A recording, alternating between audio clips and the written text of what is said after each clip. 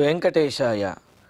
గురుర్బ్రహ్మా గురుర్విష్ణుః గురుర్దేవో మహేశ్వరః గురుః సాక్షాత్ పరం బ్రహ్మ తస్మై శ్రీ గురవే నమః. జటిలం చీరవసనం దండకారణ్యవాసినం మునివేషధరం ధ్యాయేత్ అరణ్యే కాండ ఉత్తమే. శ్రీరామచంద్ర పరబ్రహ్మణే నమః.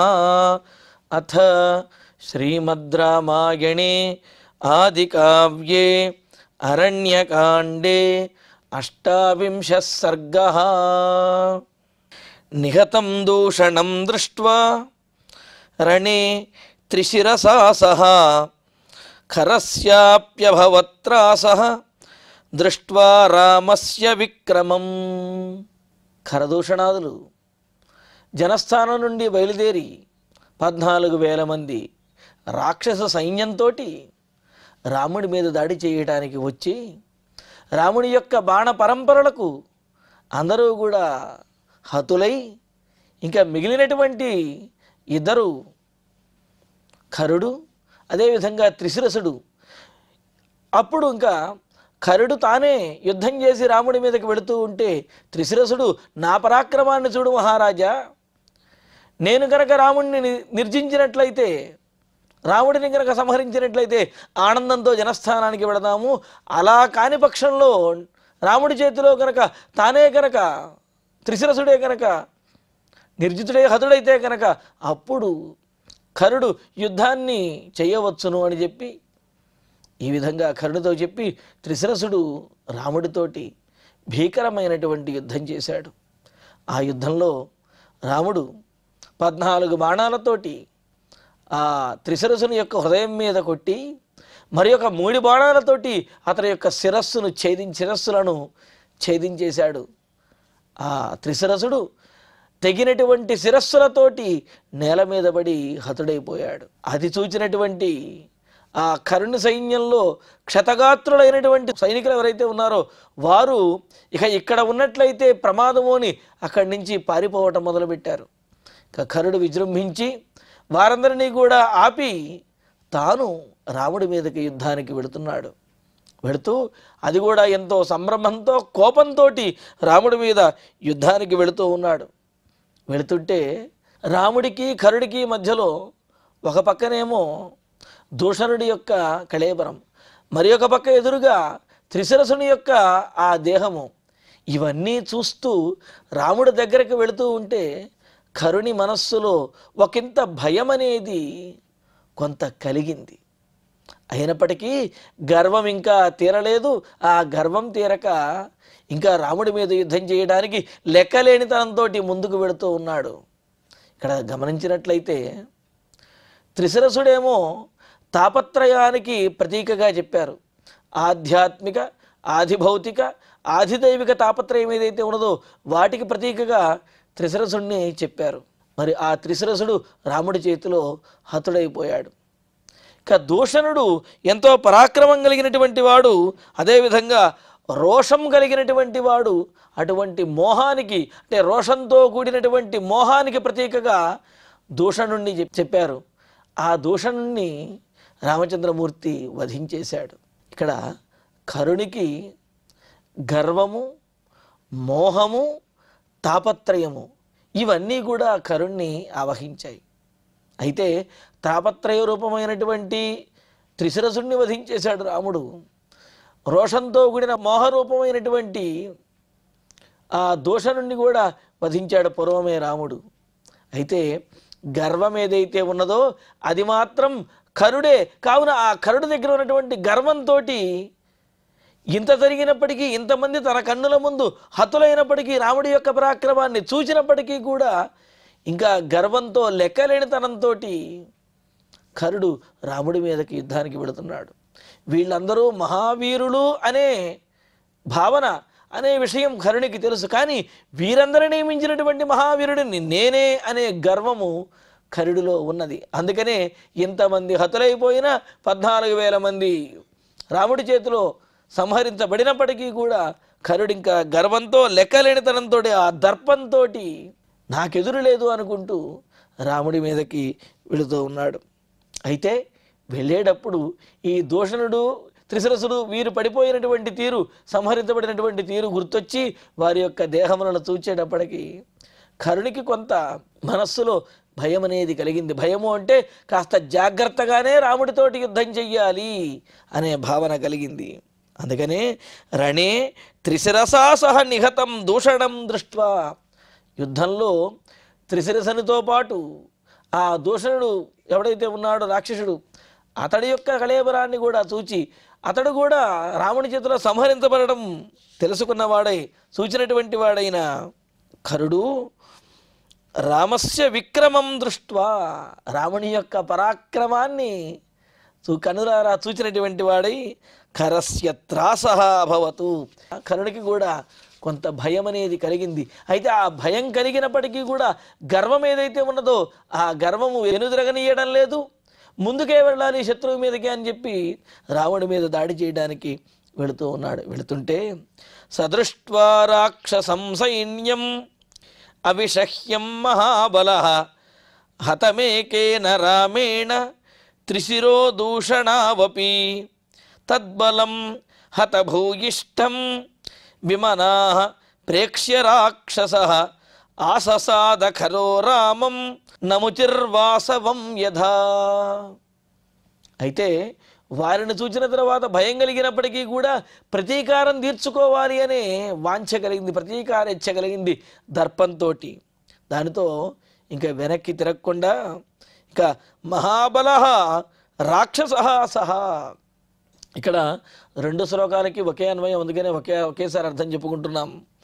రాక్షసః సహా, మహాబలవంతుడు రాక్షసుడైనటువంటి ఆ కరుడు అవిషహ్యం రాక్షసం సైన్యం, అసలు చూడటానికే భయపడేటువంటి, ఎదుర్కోవటానికి ఎవరు సాహసం చేయనటువంటి రాక్షస సైన్యం ఏదైతే ఉందో 14,000 మంది రాక్షసుల యొక్క సైన్యం, ఆ సైన్యం మొత్తము కూడా ఏకేన రామేణ హతం, ఒక్క రాముడి చేతిలోనే హతులవ్వటం, అంటే అంతమంది సైన్యాన్ని రాముడొక్కడే హతమార్చడం, సంహరించడాన్ని చూచి వీరితో పాటుగా మరి త్రిశిరో దూషణావపి, త్రిశిరసుని యొక్క సంహారము అలాగే దూషణ యొక్క సంహారము కూడా చూచేటప్పటికీ హతభూయిష్టం తద్బలం ప్రేక్ష్య, ఇంతమంది ఈ విధంగా హతులవుతారు అనే ఊహ కూడా కరుణికి ఎప్పుడూ కలగలేదు. సరే, సైన్యంలో కొంతమంది మరణించడం, కొంతమంది పడిపోవడం అనేది సహజం. కానీ ఇక్కడ 14,000 మంది రాముని చేతిలో ఓడిపోయి హతులైపోయారు. అలాగే దూషణుడు త్రిశిరసుడు ఈ ముఖ్యమైనటువంటి సేనాధిపతులు వీరు కూడా రాముడి చేతిలో హతులైపోవడం చూసి విమనస్కుడైపోయాడు. అంటే గర్వము దర్పం అనేది ఉన్నది కానీ, భయం అనేది కలుగుతున్నది కానీ దర్పం అయితే ఇంకా తొలగలేదు. దర్పం కూడా తొలగి ఉన్నట్లయితే కరుడు రాముడి చేతిలో హతుడయ్యేవాడు కాదేమో. కానీ ఇక్కడ ఆ దర్పము గర్వము తొలగలేదు. కానీ విమనాహ, మనస్సులో మాత్రం ఏదో కలత, ఏదో భయం అనేది కరుణ్ణి పీడిస్తూనే ఉన్నది. అయినప్పటికీ కూడా పౌరుషంతో తన వారిని వధించినటువంటి రాముడి మీద పగ తీర్చుకోవాలి, ప్రతీకారం తీర్చుకోవాలి అనే పౌరుషంతో రాముడి మీదకి దాడి చేస్తున్నాడు. ఎలాగా నముచిహి వాసవం యథా, నముచి అనే రాక్షసుడు దేవేంద్రుడి మీదకి ఏ విధంగా అయితే వెళ్ళాడో అలాగా ఈ కరుడు రామచంద్రమూర్తి మీదకి యుద్ధానికి వెళ్ళాడు. అయితే అక్కడ విశేషం, నముచి దేవేంద్రుడి చేతిలో హతుడయ్యాడు, ఇక్కడ కరుడు కూడా రాముడి చేతిలో హతుడు కాబోతున్నాడు. వికృష్య బలవచ్చాపం నారాచాన్ రక్తభోజనాన్ ఖరః చిక్షేప రామాయ క్రుద్ధానాసీ విషానివా. కరుడు సహజంగానే బలవంతుడు, ఇంకా బలం మొత్తాన్ని కూడా తీసుకుని ఒకేసారి ప్రయోగించాలి అన్నట్లుగా అధికమైనటువంటి కోపంతో బలవతు చాపం వికృష్య, బలమైనటువంటి ఆ ధనుస్సుని మరింతగా లాగుతూ, సాధారణంగానే బాగా గట్టిగా వెనక్కి లాగి వదిలేవాడు బాణాలను, కానీ మరి రాముడి మీద బాణాలు ప్రయోగించాలి అంటే మరింత కఠినంగా మరింత వేగంగా వేయాలి. కావున ఆ చాపమును ధనుస్సు యొక్క ఆ గుణమును అల్లెత్రాడుని మరింత గట్టిగా లాగి వదులుతూ ఆశీవిషానివా తాచుపాములను విడిచినట్లుగా, అంటే త్రాచుపాములను విడిస్తే అవి ఏ విధంగా అయితే బుసలు కొడుతూ వెళతాయో అలాగా కరుడు విడిచినటువంటి బాణములు రాముడి మీద దాడి చేయడానికి అంత దారుణంగా విషములు గక్కుతున్నట్లుగా వెళుతూ ఉన్నాయి.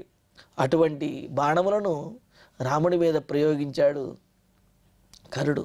పైగా ఎటువంటివి అవి రక్తభోజనాన్, ఆ బాణములకు రక్తమే ఆహారంట. అంటే శత్రువుల యొక్క శరీరములను ఛేదించి రక్తసిక్తమై తడిచి అవి ఆనందిస్తాయట. ఆ రక్తాన్ని తాగేటటువంటివి కరుణి యొక్క బాణములు. ఆ విధంగా రక్త పిపాసతో ఉన్నటువంటి ఆ కరుణి యొక్క బాణములను ప్రయోగించాడు కరుడు. నారాచాన్ అన్నారు. నారాచములు అంటే చెప్పుకున్నాము.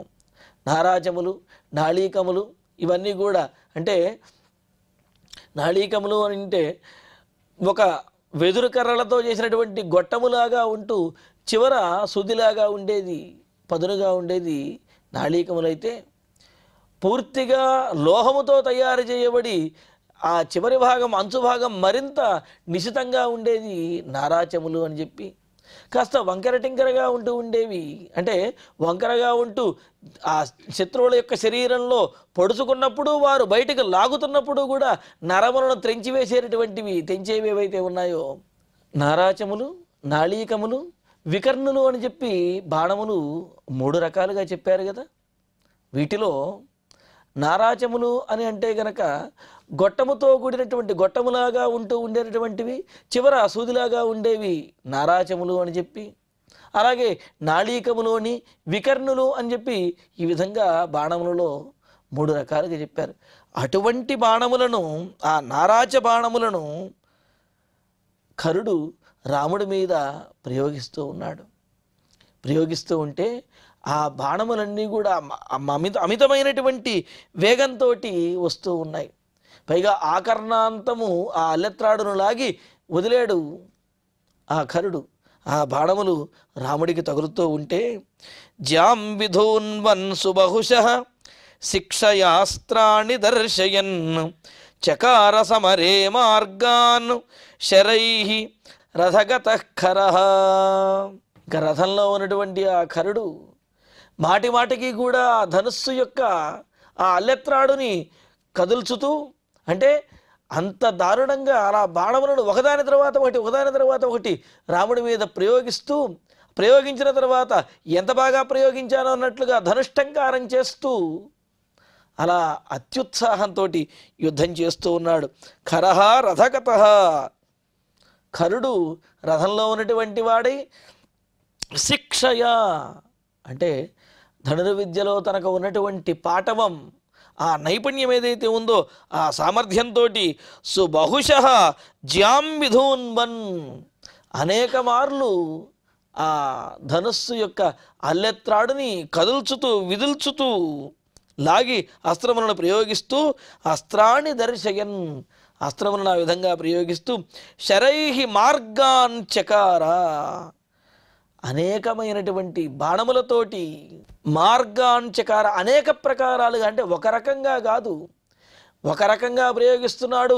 ఆ బాణములు ఎదుర్కోవాలి అనే లోపే మరో రకమైనటువంటి బాణములు, ఆ తర్వాత మరో రకమైనటువంటి బాణములు, ఈ విధంగా వివిధమైనటువంటి అనేక రకాలైనటువంటి బాణములను ఒకదాని తర్వాత ఒకటి ప్రయోగిస్తూ రాముడి మీద ఇంకా తన ధనుర్విద్యా పాటవాన్ని చూపిస్తున్నాడు కరుడు. ఆ బాణములన్నీ కూడా రాముడికి తగులుతూ ఉన్నాయి. ససర్వాశ్చ దిశో బాణైః ప్రదిశశ్చ మహారథః పూరయామాస తం దృష్ట్వా రామోపి సుమహద్ధనుః. ఇంకా మహారథుడైనటువంటి రాముడు కూడా, మహారథుడు అంటే ఏమిటి? పూర్వం కూడా ఇంతకుముందు అనుకున్నాం. ఏకో దశసహస్రాణి యోధయేద్యస్తు ధన్వినాం శస్త్రశాస్త్ర ప్రవీణశ్చ విజ్ఞేయస్స మహారథ అని చెప్పి అంటూ, మహారథుడు అని అంటే ఒక్కడే ధనుర్విద్యా పారంగతుడైనటువంటి ఒక్కడే నిలబడి తనకు ఎదురుగా 10,000 మంది ధానుష్కులు, అంటే 10,000 మంది ధనుర్విద్య తెలిసినటువంటి వారు ఉన్నప్పటికీ వారందరినీ కూడా ఒకేసారి ఎదుర్కోగలిగినటువంటి వాడు మహారథుడు అన్నారు. మరి రామచంద్రమూర్తి, మరి మహాభారతంలో అయితే కనుక అర్జునుడు, వీరందరూ కూడా మహారథులు. అందుకనే ఒకేసారి అనేక మంది వీరులను ఎదుర్కొనగలిగినటువంటి సామర్థ్యము, అనేక మంది ధనుర్విద్యా పారంగతులను కూడా ఓడించగలిగినటువంటి సామర్థ్యం వీరికి ఉంటుందన్నమాట. మరి అటువంటి మహారథుడైనటువంటి రామచంద్రమూర్తి సహా రాముడు కూడా తం దృష్ట్వా, ఆ కరుణ్ణి చూచి, ఆ కరుడు ఏం చేస్తున్నాడు, బాణములతోటి ఆకాశం అంతా కూడా ఆవరించేంతగా, అసలు ఆకాశం కనిపించనంతగా బాణవర్షాన్ని కురిపించేస్తున్నాడు. అవి కూడా వివిధ రకాలైనటువంటి బాణములతోటి రాముడి మీద బాణప్రయోగం చేస్తూ ఉన్నాడు. ఇక రాముడు కూడా చూచి ప్రదిశః సర్వాశ్చ పూరయామాస, కరుడు దిక్కులన్నింటినీ నింపే విధంగా, ఆక్రమించే విధంగా బాణాలను ప్రయోగిస్తుంటే రాముడు విదిక్కులంటే దిక్కుల యొక్క మూలలు కూడా మూసుకుపోయేంతగా అన్ని బాణాలను కురిపిస్తూ, అన్ని బాణాలను ప్రయోగిస్తూ కరుడి మీద బాణవర్షాన్ని కురిపిస్తూ ఉన్నాడు. కురిపిస్తుంటే ససాయకైర్దుర్విషహైః సస్ఫులింగైః ఇవాగ్నిభిః నభశ్చకారా వివరం పర్జన్య ఇవ వృష్టిభిః. ఎలాగైతే మేఘము తన వర్షముతోటి భూమిని తడుపుతూనే మేఘములు ఆచ్ఛాదన చేయడం ద్వారా ఆకాశాన్ని మూసేస్తుందో, అదేవిధంగా పర్జన్య వృష్టిభిః నభః ఇవ, ఆకాశంలో ఉండేటటువంటి మేఘము వర్షముతోటి ఆకాశమును భూమిని కూడా ముంచేసినట్లుగా, అంటే ఆక్రమించినట్లుగా, కప్పివేసినట్లుగా సహా ఇంకా రామచంద్రుడు సస్ఫులింగైః అగ్నిభిః ఇవ, శిఖలతో నిప్పులు కక్కుతున్నటువంటి అగ్ని గోళముల వలె, అగ్నుల వలె, దుర్విషహైః సాయకైః, అంటే నిప్పులు కక్కేటటువంటి అగ్నుల వలె ఉన్న అగ్నిగోళముల వలె, అగ్ని శూలముల వలె ఉన్నటువంటి ఆ బాణములను ప్రయోగిస్తూ అవివరం చకార, నభ అవివరం చకార, రాముడు ప్రయోగించినటువంటి ఆ బాణములు ఆకాశం మొత్తాన్ని ఆవరించేశాయి. మేఘములు వర్షాన్ని కురిపించేటప్పుడు ఆకాశాన్ని ఆవరించినట్లుగా ఇలా రామబాణములతోటి ఆకాశమంతా కూడా ఆవరించి అసలు ఏమాత్రము కూడా ఖాళీ లేకుండా ఆకాశం కనిపించనంతగా అలా బాణాలను ప్రయోగించేశాడు రామచంద్రమూర్తి. ఈ విధంగా ఒక పక్కన కరుడు ప్రయోగించే బాణములు, మరి ఒక పక్కన రాముడు ప్రయోగించే బాణములు, ఇవన్నీ కూడా ఆకాశమంతా కూడా వ్యాపించేటప్పటికీ ఆకాశంలో ఏం జరుగుతున్నది అని చెప్పి అందరికీ భయోత్పాతములు, ఏదో ఉత్పాతములు, ఉల్కాపాతములు జరుగుతున్నట్లుగా అందరూ కూడా కంగారు పడిపోతూ ఉన్నారు. తద్బభూవ శితైర్బాణైః ఖరరామ విసర్జితైః పర్యాకాశమనాకాశం సర్వతః శరసంకులం. ఖరరామ విసర్జితైః, కరుణి చేత రాముని చేత వదిలినటువంటి ప్రయోగించబడినటువంటి ఆ బాణములు ఏవైతే ఉన్నాయో వాటితోటి, పైగా ఎటువంటివి, శితైః బాణైః, ఆ పదునికి ఆకాశంలో మెరుస్తూ ఉన్నాయట ఆ బాణములు. కొన్ని అయితే ఆ వేగానికి, గాలి వేగానికి, గాలి తాకిడికే అగ్ని రగులుకున్నట్లుగా అవి దగ్ధమయ్యే విధంగాను, అదేవిధంగా అగ్నిశిఖలను కక్కుతున్నట్లుగా ఎర్రగా కనిపిస్తూ ఉన్నాయి. కనిపిస్తూ ఉంటే ఆ ఆకాశం చుట్టూ ఉన్నటువంటి ఆకాశం అంతా కూడా శరసంకులం, శరములతో నింపివేసినట్లుగా, ఆకాశం అంతా కూడా శరములతో నింపినట్లుగా కనిపిస్తూ అనాకాశం బభూవ, అసలు ఆకాశం ఎక్కడుంది అని కనిపించనంతగా శరములతోటి నిండిపోయి ఉన్నదట. శరజాలావృత సూర్య నతదాస్మ ప్రకాశతే అన్యోన్యవధ సంరంభాతు ఉభయో సంప్రయుధ్యతో. ఇరువురు కూడా ఒకరిని వధించాలని ఒకరు ప్రయోగించేటటువంటి బాణముల చేత ఆకాశమంతా కూడా ఆవరించబడేటప్పటికీ, మరి ఆకాశంలో ఉన్నటువంటి సూర్యుడి యొక్క నీడ, అంటే సూర్యుని యొక్క ప్రకాశము ఈ భూమి మీద పడడం లేదుట. దాంతో అసలు సూర్యుడు ఉన్నాడా లేడా అని చెప్పి ఈ భూమి మీద వారికంటే ఆ ప్రాంతంలో ఉన్నటువంటి వారికి సందేహం కలుగుతున్నది. అన్యోన్య వధ సంరంభాత్, ఒకరిని వధించాలని ఒకరు అలా కోపంతో, వేగంతో, ఆవేశంతో ఉండటంతో సంప్రయుధ్యతోహో, ఒకరితో ఒకరు పోటీగా యుద్ధం చేస్తూ ఉండేటప్పటికీ ఆ ఇరువురు యొక్క శరజాలము చేత, శరముల చేత ఆవరించబడినటువంటి ఆకాశం వలన సూర్య తదా న ప్రకాశతే స్మ. అసలు సూర్యుడు అప్పుడు ప్రకాశించడం లేదుట. వీరి యొక్క బాణములు అటువంటి సూర్యకాంతి కనీసం భూమిని అక్కడ తాకట్లేదు. దాంట్లో సూర్యుని యొక్క ప్రకాశమే అందక ఏం జరుగుతున్నది అని భయం కలిగించే విధంగా ఉన్నది. తతో నాళీకనారాచై తీక్ష్ణాగ్రైశ్చ వికర్ణిభిః ఆజఘాన ఖరో రామం తోత్రైరివ మహాద్వీపం. ఇంకా అప్పుడు ఖరుడు నాళీక నారాచై, నాళీకములు నారాచములు అని చెప్పి ఇంతకుముందు చెప్పుకున్నాం మనం. ఆ బాణముల చేత అంటే చివర లోహంతో తయారు చేయబడినటువంటి పదునైన భాగం కలిగి, అంటే పూర్తిగా కూడా లోహంతో తయారు చేయబడినటువంటి వాటిని నారాచములు అని, చివర మాత్రమే లోహంతో తయారు చేయబడి ఉంటే అది నాళీకములు అని చెప్పి, అలాగా వంకర టింకరగా కనుక అంటే వంకరగా ఉన్నట్లయితే కనుక వికర్ణులు అని చెప్పి ఇంతకుముందు అనుకున్నాం. ఆ 3 రకాలైనటువంటి బాణములతోటి కూడా ఖరుడు రామచంద్రమూర్తిని బాణములతోటి కొడుతూ ఉంటే అవన్నీ కూడా రాముడు తనకు తగలకుండా వాటిని ఎదుర్కొంటూనే ఖరుడు మీద బాణప్రయోగం చేస్తూ ఉన్నాడు. ఇంకా ఇలాగా వివిధ రకాలైనటువంటి బాణములతో రాముడి మీద దాడి చేస్తున్నటువంటి ఖరుణ్ణి ఉపేక్షించకూడదు అనుకుని తం రథస్థం ధనుష్పాణిం రాక్షసం పర్యవస్థితం దదృశు సర్వభూతాని పాశహస్తమివాంతకం.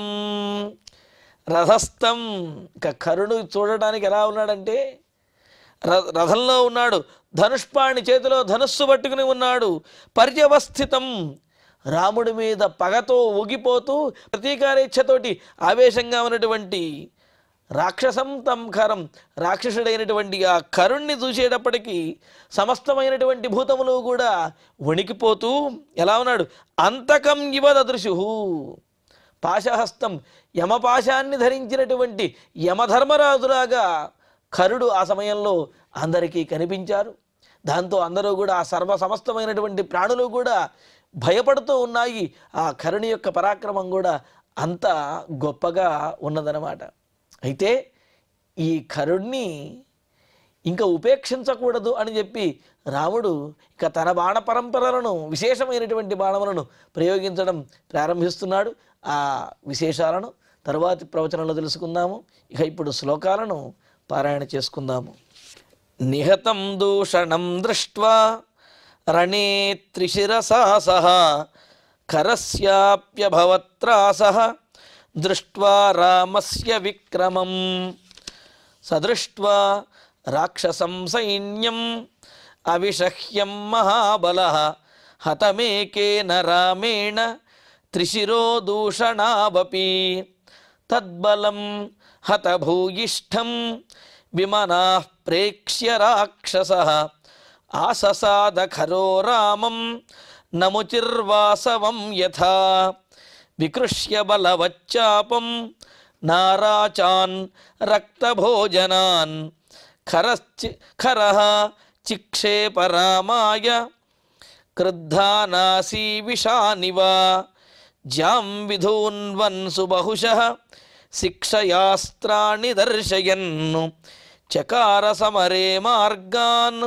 శరైరథగతః ఖరః ససర్వాశ్చ దిశో బాణైః ప్రదిశశ్చ మహారథః పూరయామాస తం దృష్ట్వా రామోపి సుమహద్ధనుః ససాయకైర్దుర్విషహైః సస్ఫులింగైరివాగ్నిభిః నభశ్చకారా వివరం పర్జన్య ఇవ వృష్టిభిః తద్బభూవసితైర్బాణైః ఖరరామ విసర్జితైః పర్యాకాశమనాకాశం సర్వతః శరసంకులం శరజాలావృతః సూర్యః న తదాస్మ ప్రకాశతే అన్యోన్యవధ సంరంభాత్ ఉభయోః సంప్రయుధ్యతోః తతో నాళీకనారాచైః తీక్ష్ణాగ్రైశ్చ వికర్ణిభిః ఆజఘాన ఖరో రామం తోత్రైరివ మహాద్వీపం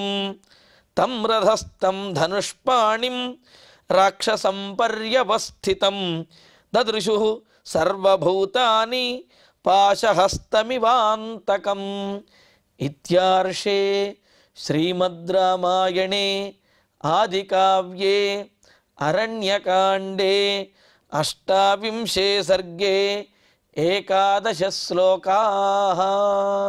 ఇక ఇప్పుడు క్షమాప్రార్థన మంగళాంతంగా ఈ కార్యక్రమాన్ని పరిపూర్ణం చేసుకుందాం. యదక్షరపదభ్రష్టం మాత్రాహీనం తు యద్భవేత్ తత్సర్వం క్షమ్యతాం దేవ నారాయణ నమోస్తుతే.